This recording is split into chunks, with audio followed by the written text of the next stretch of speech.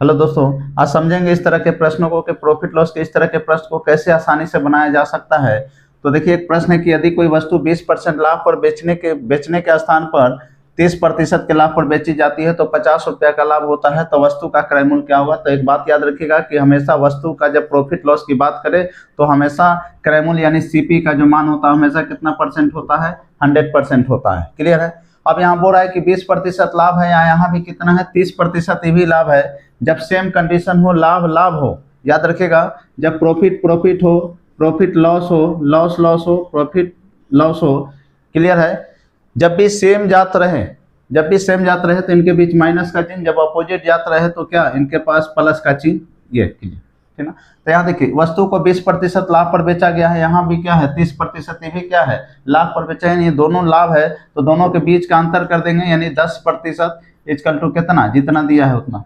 Clear.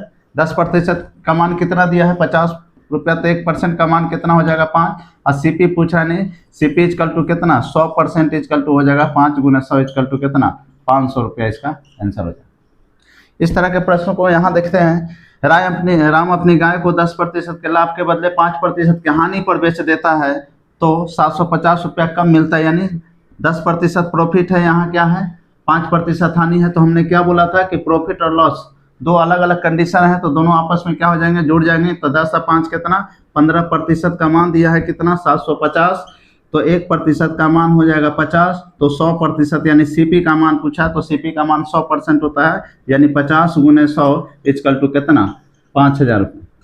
अगर ऐसे प्रश्नों को डिटेल में